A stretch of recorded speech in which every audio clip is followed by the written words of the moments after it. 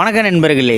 மாரிச்சாமி தஞ்சை பழைய பேருந்து நிலையத்தில் இறங்கிய போது சுல்லென சுட்டு கொண்டிருந்தது சூரியன். கதர் சட்டையும் பழுப்பு நிற வேட்டியும் அணிந்திருந்த மாரிச்சாமி நடக்க முடியாமல் மெல்ல நடந்தார். அவரின் சுருங்கிய தோள்களில் எல்லாம் வியர்வை பூக்கள் பூத்திருந்தன. மூச்சு வாங்கியபடியே நடந்து பேருந்து நிலையம் விட்டு வெளியே வந்தார். நாக்கு வரல, தாகத்திற்கு ஏதாவது குடிக்க வேண்டும் போல் இருந்தது. அருகே இருந்த சோடா கடையில் ஒரு பன்னீர் சோடா வாங்கி ஒரு முடக்கு குடித்த பிறகுதான் அவருக்கு உயிரே வந்தது. ரசித்து ருசித்து குடித்தார். குடித்துவிட்டு கடைக்காரரை பார்த்து எவ்வளவு என்றார். 12 ரூபாய் என்றார். இவ்வளவு சின்ன பாட்டில் 150 ml கூட இருக்காது, இதுவே 12 ரூபாயா என்றார். வழக்கமாக 13 இல்லை 14ன்னு விற்பேன், பார்க்க பாவமாக இருக்கேன்னு 12ன்னு சொன்னேன் என்று வெடுக்கென பேசினார் கடைக்காரர். இந்த நேரம் பார்த்து ஒரு வயதான மூதாட்டி பிச்சை கேட்டு கடைப்பக்கம் வந்து கையேந்த சீச்சி போ போ என்று துரத்தினார் சோடா கடைக்காரர்.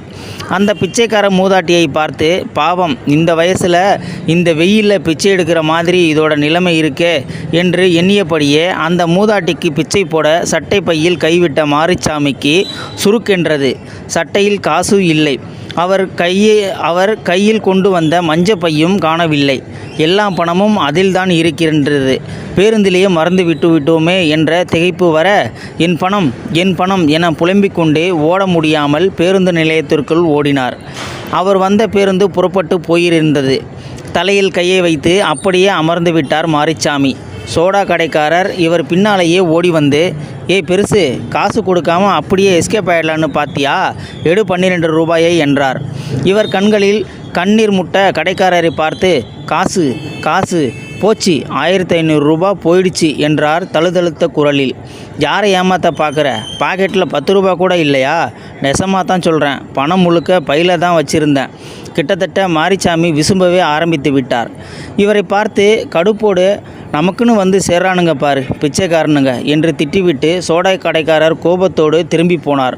மாரிச்சாமிக்கு கன்னத்தில் அரைந்தார் போல் இருந்தது பிச்சைக்காரனுங்க என்ற வார்த்தைகள். 70 வயதாகும் மாரிச்சாமி தஞ்சைக்கு அருகே உள்ள கிராமத்தில் பெட்டிக்கடை வைத்துள்ளார்.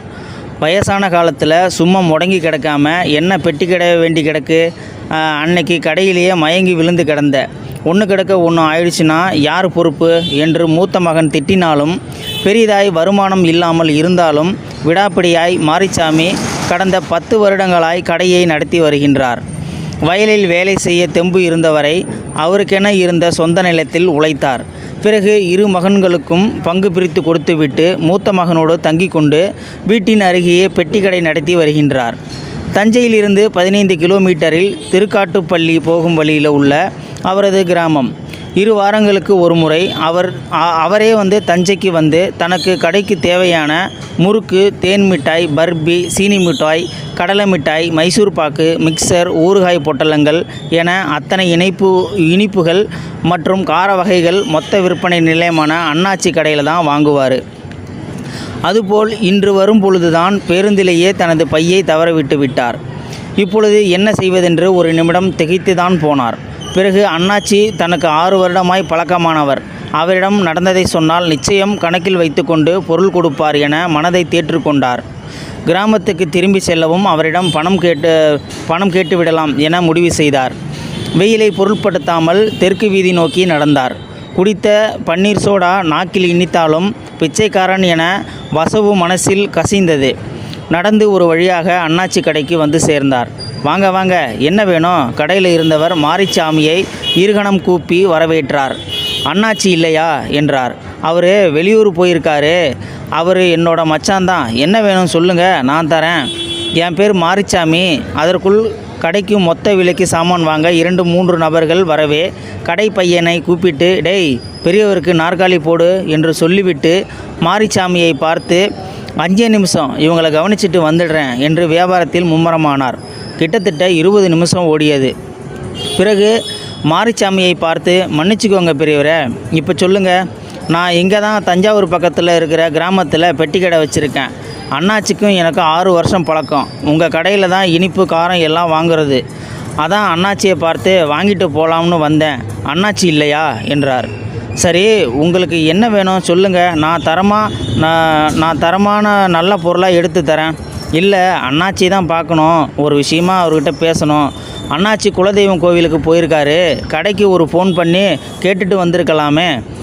அது அது வந்து என்கிட்ட ஃபோனு கிடையாது என்று அப்பாவியாய் சொன்னார் மாரிச்சாமி. மதியம் வரைக்கும் தொந்தரவு செய்யக்கூடாதுன்னு சொல்லியிருக்காரு, இல்லைன்னா அவருக்கு ஃபோன் பண்ணிவிடுவேன். எவ்வளோ நேரம் ஆனாலும் பரவாயில்ல, நான் காத்திருக்கேன். சரிங்க பெரியவரே, ஒன்று பண்ணுங்கள். எப்படியும் அண்ணாச்சி 4 மணிக்கு கிட்டத்தட்ட தான் வந்துடுவேன்னு சொல்லியிருக்காரு. இப்போ 12 தான் ஆகுது. உங்களுக்கு வேறு வேலை ஏதாச்சும் இருந்தால் போயிட்டு 4 மணிக்கு வாங்கலேன் என்றார். எனக்கு அப்படி எதுவும் வேலை இல்லை, உங்களுக்கு பிரச்சனை இல்லைன்னா இங்கேயே உட்காந்துருக்கேன் என்றார் கெஞ்சலாய் மாரிச்சாமி. சரிங்க, தண்ணி கொஞ்சம் குடிக்கலாமா? என்ன பெரியவரை இதெல்லாம் கேட்டுக்கிட்டு? தாராளமாக. பானையிலிருந்து தண்ணீரை எடுத்து மடக் மடக்கென குடித்தார் மாரிச்சாமி. சரியான தாகம் போல. டீ இல்லை சோடா ஏதாவது குடிக்கிறீங்களா என்று கேட்ட கடைக்காரரிடம் வேணாம் படக்கென சொன்னார். காலையில் நிகழ்ந்த பன்னீர் சோடா சம்பவம் அவரை உரித்து கொண்டிருந்தது போல. பிறகு கடையின் மூலையில் ஒரு ஸ்டூலில் அமர்ந்து கொண்டார். கடைக்கு வருபவர்கள் போகிறவர்களை வேடிக்கை பார்ப்பதை தவிர அவருக்கு வேறு என்ன செய்வதென்றே தெரியவில்லை. அந்த கடையில் கிலோ கணக்கில் அடுக்கி வைக்கப்பட்டிருந்த இனிப்பு வகைகளும் கார வகைகளும் கலந்து வந்த வாசனை ஏதோ ஒரு புதுவித உணர்வை தந்தது மாரிச்சாமிக்குள். இப்படியே 1 மணி நேரத்துக்கு மேலே ஓடியது. கடைக்காரர் இவரை பார்த்து, பெரியவரே, போய் சாப்பிட்டு வேணா வாங்கலேன். இல்லை பரவாயில்லை என்றார் மாரிச்சாமி. அதுக்கு இல்லை, 1:30லேருந்து 2:30 வரைக்கும் மதிய சாப்பாட்டு நேரம், கடையை அடைக்கணும், அதுக்கு தான் சொல்கிறேன். இப்போது மாரிச்சாமிக்கு வேறு வழி இல்லை, எழுந்து வெளியே போகத்தான் வேண்டும். ஆனால் எங்கே போவார்? கையில் காசும் இல்லை. அவருக்கு என்ன செய்வதென்றே புரியவில்லை. உருவமில்லாத பசி வேறு வயிற்றில் உருள துவங்கியது. சுவரில் இருந்த கடிகாரத்தை பார்த்தார். மணி 1:20. கடையை அடைக்கும் போது சொல்லுங்க, நான் கிளம்பிடுறேன் என்றார். சரியாக மதியம் 1:30 மணிக்கு கடை அடைக்கப்பட்டது.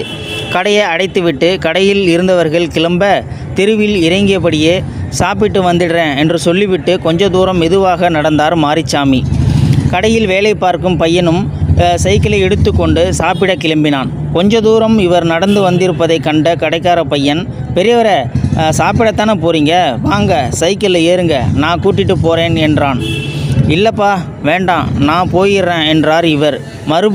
மறுபடியும் கூப்பிட்டு பார்த்தான். இவர் மறுக்கவே வேகமாய் சைக்கிளை மிதித்து கொண்டு சிட்டாய் பறந்து விட்டான். இருந்த இடத்தில் நின்ற மாரிச்சாமி இருவரும் கண்ணிலிருந்து தெருவுக்குள் மறைந்து விட்டனர் என உறுதிப்படுத்தி கொண்டு மீண்டும் கடைவாசலுக்கே வந்து சற்று நிழலாய் பார்த்து அமர்ந்து கொண்டார். ஒவ்வொரு நொடியும் நகரவே மறுத்தது. எப்படியும் 4 மணிக்கு அண்ணாச்சி வந்து விடுவார், அவரை பார்த்து விடலாம் என்ற ஒற்றை நம்பிக்கையில் பசியோடு அமர்ந்திருந்த மாரிச்சாமி கடைவாசலில் அமர்ந்தபடியே தூக்கத்தில் ஆழ்ந்தார். பெரியவரே கடைக்கார பையன் வந்து உலுக்கி எழுப்பிய பொழுதுதான் எழுந்தார். என்ன மதியம் சாப்பாடு ஒரு வெட்டினீங்க போல இருக்கு, உண்ட மயக்கமா என்றான்.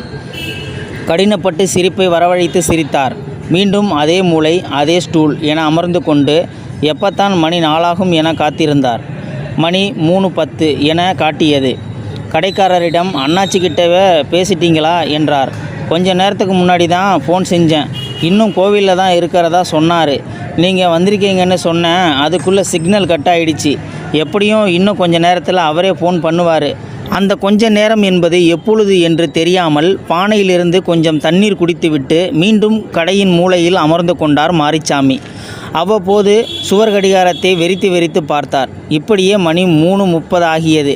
பிறகு 3:45 ஆகியது. பிறகு 4 ஆகியது. பிறகு 4:15 ஆகியது. பிறகு 4:30 ஆகியது. பிறகு 4:45 ஆகியது. எதிரே டீ கடையிலிருந்து கடைக்கு டீ வந்தது. பெரியவரை, கொஞ்சம் டீ சாப்பிட்றீங்களா என்றான் கடைக்கார பையன். மாரிச்சாமிக்கு கொஞ்சம் டீ குடித்தால் நன்றாக இருக்கும்போல் தான் இருந்தது. ஆனால் ஒரு வரட்டு பிடிவாதத்தில் இல்லை வேண்டாம் என்றார். ஏன், மதியம் சாப்பிட்டதே இன்னும் சிரிக்கலையா என்றான் கிண்டலாக. அப்படித்தான் போல இருக்கு என்று இவரும் பதிலளித்தார். ஒரு வழியாக 5:15க்கு அண்ணாச்சியிடம் இருந்து ஃபோன் வந்தது. சரிங்க மச்சான், ஆகட்டும் மச்சான், ஒன்றும் பிரச்சனை இல்லை, அது வந்து என முடிப்பதற்குள் மீண்டும் டவர் பிரச்சனையில் ஃபோன் கட்டானது. மாரிச்சாமி கடைக்காரரை ஆவலாய் பார்த்தார். பெரியவரை, மச்சான் வர இன்னைக்கு ராத்திரி ஆயிடுமாம், கோவிலில் தாமதம் ஆயிடுச்சாம், அதனால் நீங்கள் நாளைக்கு வர்றீங்களா என்றார். நான் வந்தது அண்ணாச்சிக்கு தெரியுமா? தெரியும், உங்களை பற்றி ஏதோ சொல்ல ஆரம்பித்தார், ஆனால் ஃபோன் கட் ஆகிடுச்சு. நானும் மச்சான் வந்து 4 மணிக்கு வந்துடுவாருன்னு நினச்சி தான் உங்களை காக்க வச்சேன். இவ்வளோ தூரம் வந்துட்டீங்களே, என்னென்ன சாமான் வேணும்னு சொல்லுங்கள், நான் எடுத்து தரேன். இல்லை, இன்னொரு நாள் வரேன் என்று புறப்பட தயாரானார். இப்போது என்ன செய்வது, எங்கு போவது என அவருக்கு எதுவும் பிடிபடவில்லை. கிளம்பி பேருந்து நிலையம் போகலாம், பிறகு பார்த்து கொள்ளலாம் என்று முடிவு செய்து பேருந்து நிலையம் நோக்கி நடந்தார். மெதுவாக நடந்து பேருந்து நிலையம் அருகே வந்தவர், அவர் காலையில் பன்னீர் சோடா குடித்த கடையை கடக்க நெருங்கையில், பெரியவரே கொஞ்சம் நில்லுங்க என்று கூவிக்கொண்டே அண்ணாச்சி கடையில் வேலை செய்யும் பையன் சைக்கிளில் வேகமாக அவரை நோக்கி வந்தான். மூச்சரித்தது. அவனை ஆசுவாசப்படுத்தி கொண்டு, அண்ணாச்சி ஃபோன் பண்ணினாரே, உங்களை சந்திக்க முடியாமல் போனதில் வருத்தம்னு சொன்னார். அது மட்டும் இல்லை, போன தடவை சாமான் வாங்கும்போது ஏதோ மறதியில் நீங்கள் மீதி பணம் 85 ரூபா வாங்காமல் கிளம்பிட்டீங்களாம். இந்தாங்க உங்களோட 85 ரூபா, மறந்துறதுக்கு முன்னாடி கொடுத்துட சொல்லி அண்ணாச்சி உத்தரவு என்று மூச்சு விடாமல் பேசிவிட்டு ஒரு 50 ரூபாய் தாளையும் 3 10 ரூபாய் தாளையும் ஒரு 5 ரூபாய் நாணயத்தையும் இவர் கையில் திணித்துவிட்டு அவன் சைக்கிளை மிதித்து கொண்டு புறப்பட்டு போனான். அந்த பணத்தை வாங்கிய மாரிச்சாமி புத்துணர்ச்சி வந்தவராய் தான் காலையில் பன்னீர் சோடா குடித்த கடையை நோக்கி போனார். காலையில் பார்த்த கடைக்காரர் அங்கிருந்தார். அவர் கையில் 10 ரூபாய் தாளையும் 5 ரூபாய் நாணயத்தையும் கொடுத்த மாரிச்சாமி அவரை பார்த்து உரக்கச் சொன்னார். நான் ஒன்றும் பிச்சைக்காரன் இல்லை என்று கௌரவமாக சொல்லிவிட்டு அவர் நடையை கட்டினார் அவருடைய சொந்த ஊருக்கு. இந்த வீடியோவிலேருந்து நீங்கள் ஒரே ஒரு விஷயம் மட்டும் நல்லா தெரிஞ்சுக்கணும்.